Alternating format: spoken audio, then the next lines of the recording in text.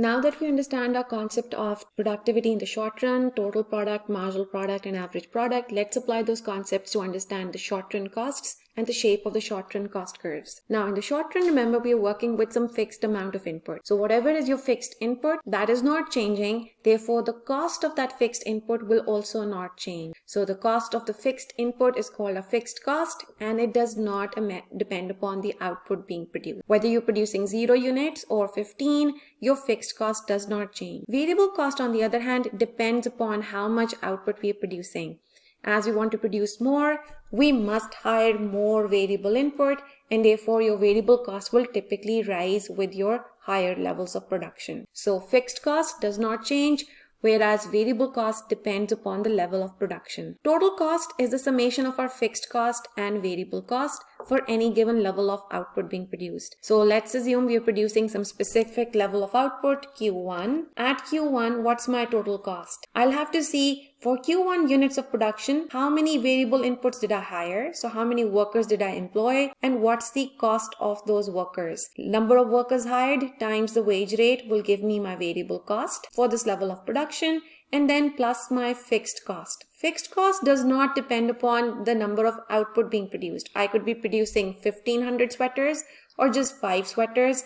Whatever is the level of production, my fixed cost will not be dependent upon that. It's just some given amount. So for example, I could be using 2 machineries or 2 units of capital times the rental rate of capital or the price of those machinery will give me my total cost of capital. Total cost plus total cost is simply therefore the summation of our fixed cost and variable cost. These cost curves are always drawn against output. So when we draw them, we are drawing them as functions of output being produced. And I'm still using the sweater example over here. Fixed cost note is not changing with our production. For any given level of production, it's the same. Whereas variable cost, you'll note, becomes steeper and steeper as we produce more. Total cost is the summation of these two. So let's look at some fixed quantity. Let's say for 13 sweaters, what's our total cost? Fixed cost is this height of the total fixed cost curve for these 13 sweaters. Variable cost for producing these 13 sweaters will be given by the height of the variable cost curve. So that's our variable cost. This lower one was our fixed cost. Sum these two up.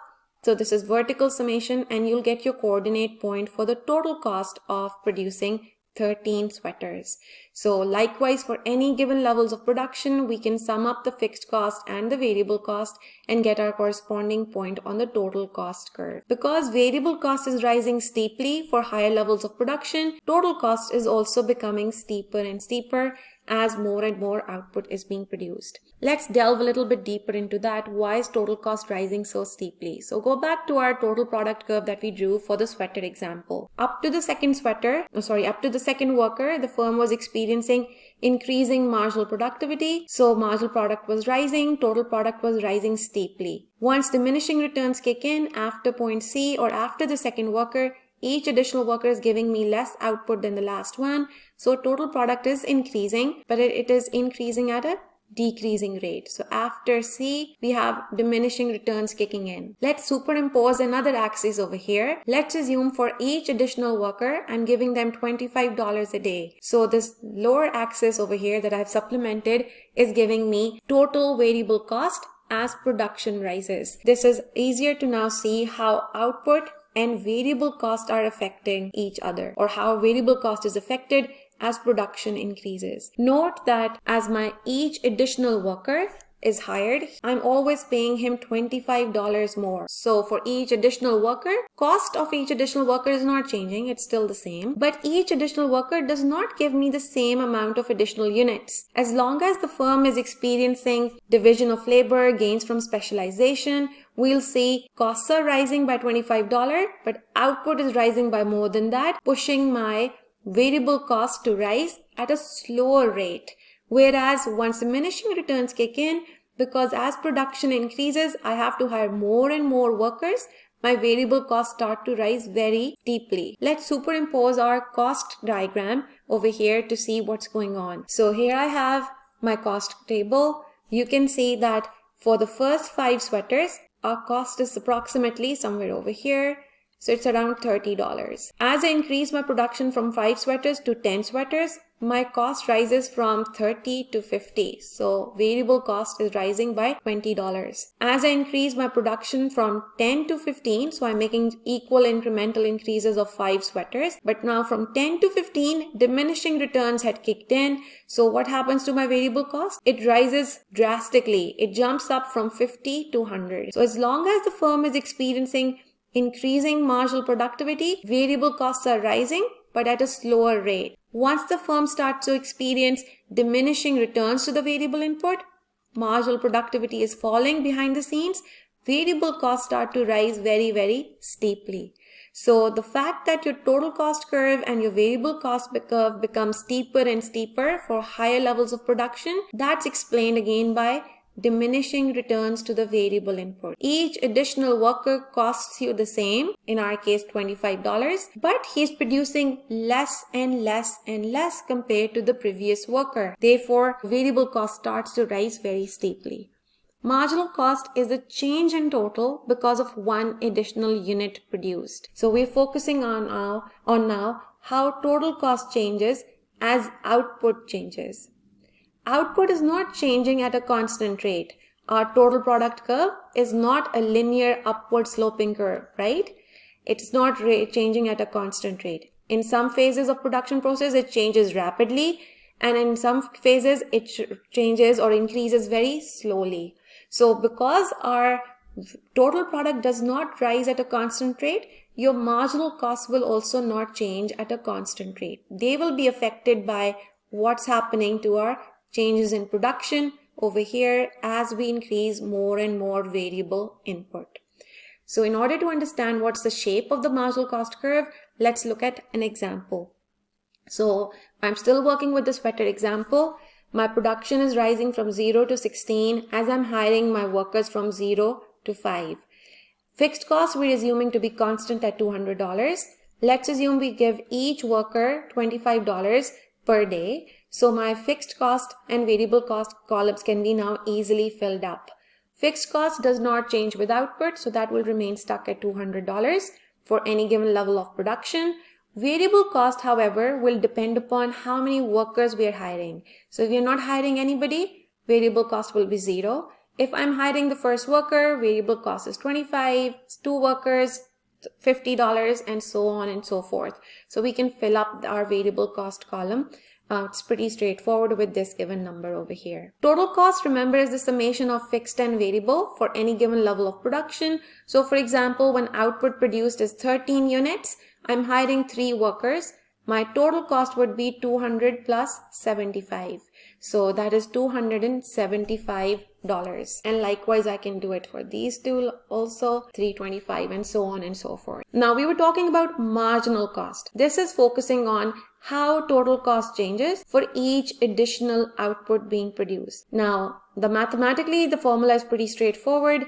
Look at the change in your total cost as production increases. So initially, I have an increase in cost of $25, which is coming because of my variable input increasing from 0 to 1, but my output increased from 0 to 4. So what's the marginal cost of the first 4 units?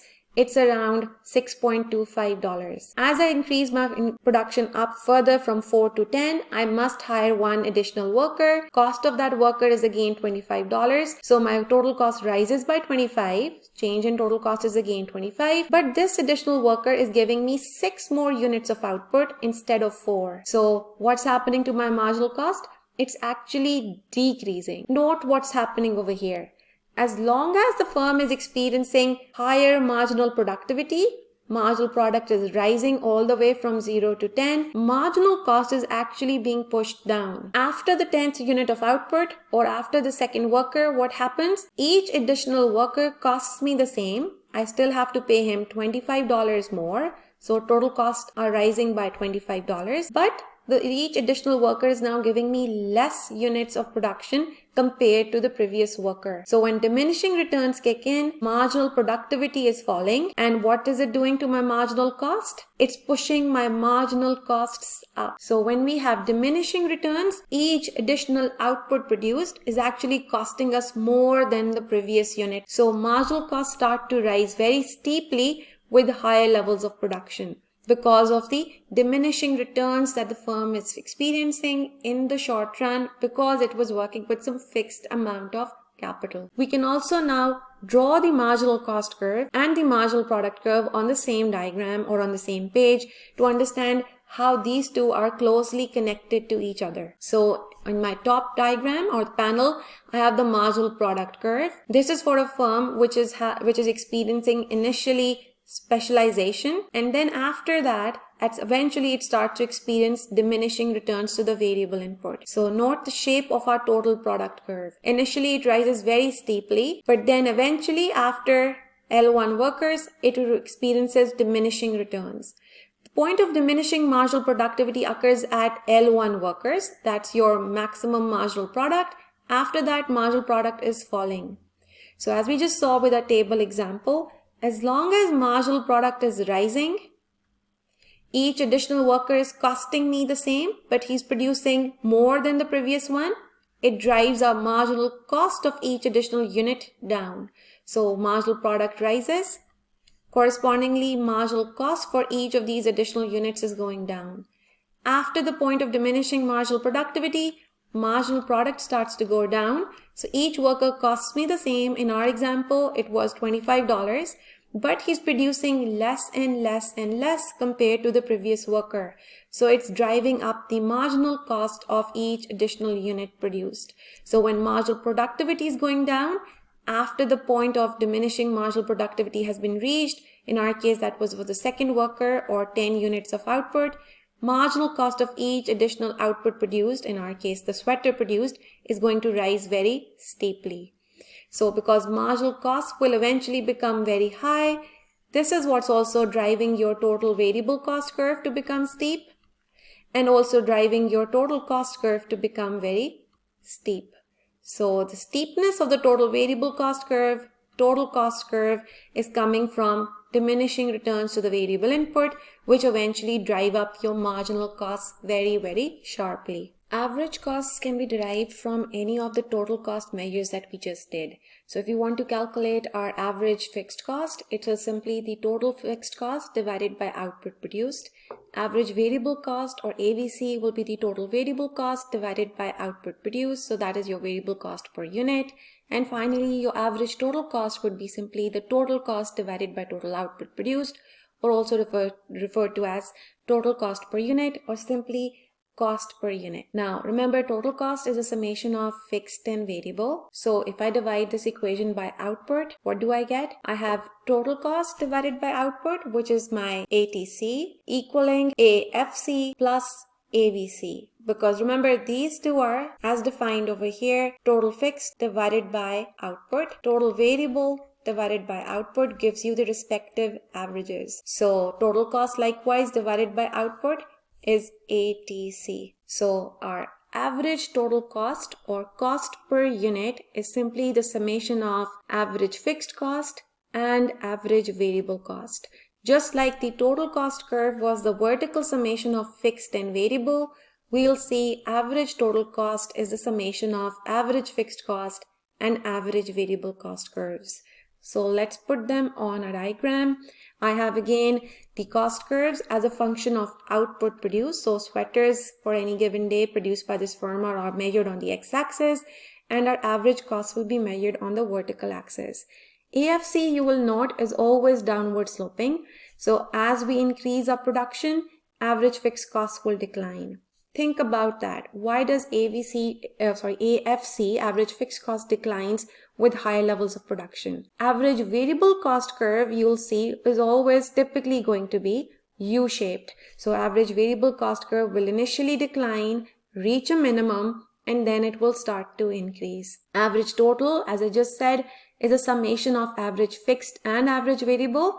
So it will lie on top of these two. It'll be the highest curve out of these three, and it's the vertical summation of AFC and AVC. For any given level of output, you have your corresponding point on the ATC curve, average total cost or per unit cost of producing particular level of production. So for example, 15 units of sweaters or 15 bushels of wheat, etc. Now think about the shape of the three curves. Let's start with our AFC. AFC is downward sloping. Why? Because fixed cost divided by output will always decrease as we keep on increasing our production. Fixed costs, remember, do not change. They are not dependent upon your output produced. So they are stuck at some level. But as you produce more and more unit, your per unit fixed costs will decline. This is called spreading of the overheads. Your overheads, your fixed costs are now spread over a large range of production. So per unit fixed cost becomes smaller and smaller and smaller for higher levels of total output produced. So AFC will always be a downward sloping curve. Now let's look at our average variable cost. Why is the average variable cost curve U-shaped? So same reason your total variable cost curve was rising steeply. Remember your total product curve? Your total product curve is showing us that production is increasing but at a decreasing rate. As you hire more and more workers, they're giving you less and less additional output, but they're costing you more. So when variable costs rise very steeply with high levels of production, so jumping from 30 to 50 and then all the way to 100, what do we see over here? Variable costs are rising steeply. Therefore, AVC will also eventually rise very, very steeply. Why? Because of diminishing returns kicking in. So it's the diminishing returns that cause average variable costs to eventually rise very steeply. Now, average total cost is the summation of AFC and AVC. So it typically has two opposite effects, at least on when we are working with high levels of production. AFC is the spreading effect. Remember, this is always going down. But when you're working with high levels of output, diminishing returns are causing your AFC to rise very steeply. So average total cost, therefore, for that reason, will also eventually rise very, very steeply. So with high levels of production, your ATC is becoming higher and higher and starts to rise steeply. So here I have all three curves on the same panel, the two averages, average variable cost, average total cost, and the marginal cost curve. Marginal cost is the red one. Note where does the marginal cost intersect the two averages, average variable and average total. Note that this point of intersection is at the minimum point of these two averages. So marginal cost intersects the AVC at its minimum, and marginal cost also intersects the average total at its minimum. Now, why do you think it intersects them at their minimum point? In order to answer that, all we have to do is go back to our GPA example. Remember, your current performance affects your overall average. So if your average is 3.0 and you perform really well this semester, marginal is higher than the average, it will push the average up.